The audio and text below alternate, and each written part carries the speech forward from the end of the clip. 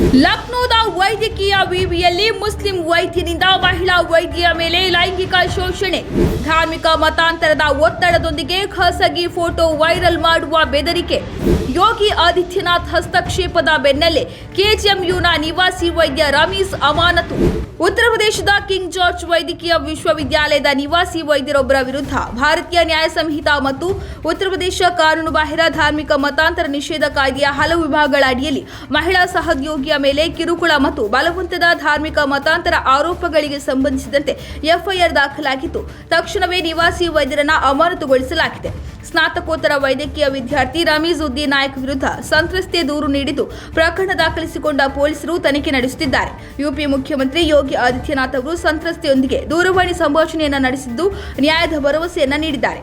ಮುಖ್ಯಮಂತ್ರಿಯು ಸಂತ್ರಸ್ತ ವೈದ್ಯೆಯೊಂದಿಗೆ ದೂರವಾಣಿ ಸಂಭಾಷಣೆ ನಡೆಸಿದ ನಂತರ ಈ ಕ್ರಮ ಕೈಗೊಳ್ಳಲಾಗಿದ್ದು, ಸಂತ್ರಸ್ತೆಗೆ ಭದ್ರತಾ ವ್ಯವಸ್ಥೆಗಳನ್ನು ಹೆಚ್ಚಿಸಲಾಗಿದೆ. ಈ ಕುರಿತು ಮಾಹಿತಿ ನೀಡಿರುವ ಕೆಜಿಎಂಯು ವಕ್ತಾರ ಪ್ರೊಫೆಸರ್ ಕೆಕೆ ಸಿಂಗ್ ಅವರು, ವಿಶ್ವವಿದ್ಯಾಲಯವು ಅಂತಹ ಆರೋಪಗಳನ್ನು ಅತ್ಯಂತ ಗಂಭೀರವಾಗಿ ಪರಿಗಣಿಸುತ್ತದೆ ಎಂದು ಹೇಳಿದ್ದಾರೆ. ಲಿಖಿತ ದೂರು ಸ್ವೀಕರಿಸಿದ ನಂತರ ವಿಶ್ವವಿದ್ಯಾಲಯವು ಸೂಕ್ತ ಪ್ರತಿಕ್ರಿಯೆಯನ್ನು ಅನುಸರಿಸುತ್ತದೆ. ವಿದ್ಯಾರ್ಥಿಗಳ ಸುರಕ್ಷತೆ ಮತ್ತು ಘನತೆ ನಮ್ಮ ಪ್ರಮುಖ ಆದ್ಯತೆಗಳು. ನ್ಯಾಯಯುತ ಮತ್ತು ನಿಯಮ ಆಧಾರಿತ ತನಿಖೆ ನಡೆಸಲಾಗುವುದು ಮತ್ತು ಆರೋಪಗಳು ನಿಜವೆಂದು ಕಂಡುಬಂದಲ್ಲಿ ಕಠಿಣ ಕ್ರಮ ಕೈಗೊಳ್ಳಲಾಗುವುದು ಎಂದು ಅವರು ಹೇಳಿದ್ದಾರೆ. ಕೆಲಸದ ಸ್ಥಳದಲ್ಲಿ ಮಹಿಳೆಯರ ಮೇಲಿನ ಲೈಂಗಿಕ ಕಿರುಕುಳ ತಡೆಗಟ್ಟುವಿಕೆ ನಿಷೇಧ ಮತ್ತು ಪರಿಹಾರ ಕಾಯ್ದೆ 2013ರ ಅಡಿಯಲ್ಲಿ ರಚಿಸಲಾದ ವಿಶಾಖ ಸಮಿತಿಯ ಮಧ್ಯಂತರ ತನಿಖೆಗಳ ಆಧಾರದ ಮೇಲೆ ಆರೋಪಿಯನ್ನು ಅಮಾನತುಗೊಳಿಸಲಾಗಿದ್ದು, ಆರೋಪಿಯು ನಡೆಯುತ್ತಿರುವ ತನಿಖೆಯ ಮೇಲೆ ಪ್ರಭಾವ ಬೀರದಂತೆ ನೋಡಿಕೊಳ್ಳಲು ಈ ನಿರ್ಧಾರ ತೆಗೆದುಕೊಳ್ಳಲಾಗಿದೆ ಎಂದು ಅವರು ಹೇಳಿದ್ದಾರೆ. ಪ್ರಾಥಮಿಕ ತನಿಖೆಯು ಆರೋಪಿಯ ವಿರುದ್ಧ ಪುರಾವೆಗಳನ್ನು ಸೂಚಿಸುತ್ತವೆ ಎಂದು ಅಧಿಕಾರಿಗಳು ತಿಳಿಸಿದ್ದಾರೆ. ಇನ್ನು ಗಮನಾರ್ಹವಾಗಿ ಕೆಜಿಎಂಯು ತನ್ನ ಘಟಿಕೋತ್ಸವವನ್ನು ಆಯೋಜಿಸುತ್ತಿದ್ದ ಸಮಯದಲ್ಲಿ ಈ ವಿಷಯ ಬೆಳಕಿಗೆ ಬಂದಿತ್ತು. ಆದರೆ ಶೈಕ್ಷಣಿಕ ಕಾರ್ಯಕ್ರಮಗಳ ಹೊರತಾಗಿಯೂ ಯಾವುದೇ ದಯೆ ತೋರಿಸಲಾಗಿಲ್ಲ ಎಂದು ಅಧಿಕಾರಿಗಳು ಹೇಳಿದ್ದಾರೆ. ಎಲ್ಲ ಸಂಬಂಧಿತ ಇಲಾಖೆಗಳನ್ನು ತಕ್ಷಣವೇ ಎಚ್ಚರಿಸಲಾಯಿತು ಮತ್ತು ಹೆಚ್ಚಿದ ಆಂತರಿಕ ಮೇಲ್ವಿಚಾರಣೆಯ ಭಾಗವಾಗಿ ನಿವಾಸಿ ವೈದ್ಯರ ವಿವರಗಳನ್ನು ಕೋರಲಾಯಿತು.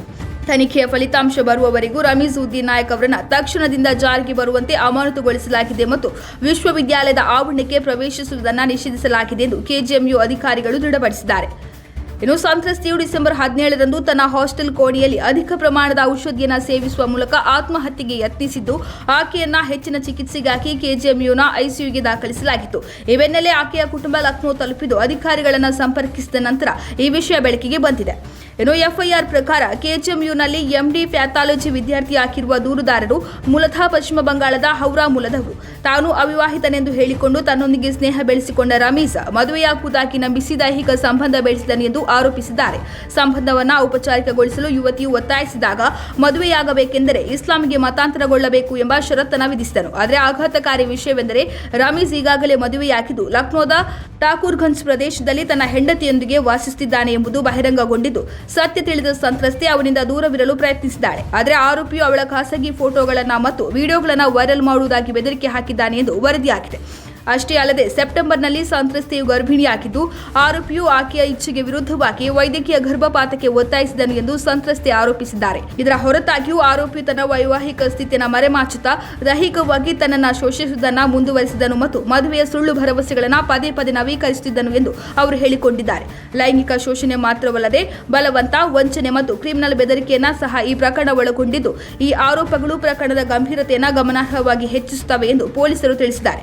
ಅಲ್ಲದೆ ಸಂತ್ರಸ್ತೆಯೊಂದಿಗೆ ದೂರವಾಣಿ ಸಂಭಾಷಣೆ ವೇಳೆ ಯುಪಿ ಸಿಎಂ ನ್ಯಾಯಯುತ ಮತ್ತು ನಿಷ್ಪಕ್ಷಪಾತ ತನಿಖೆಯ ಭರವಸೆಯನ್ನ ನೀಡಿದ್ದಾರೆ.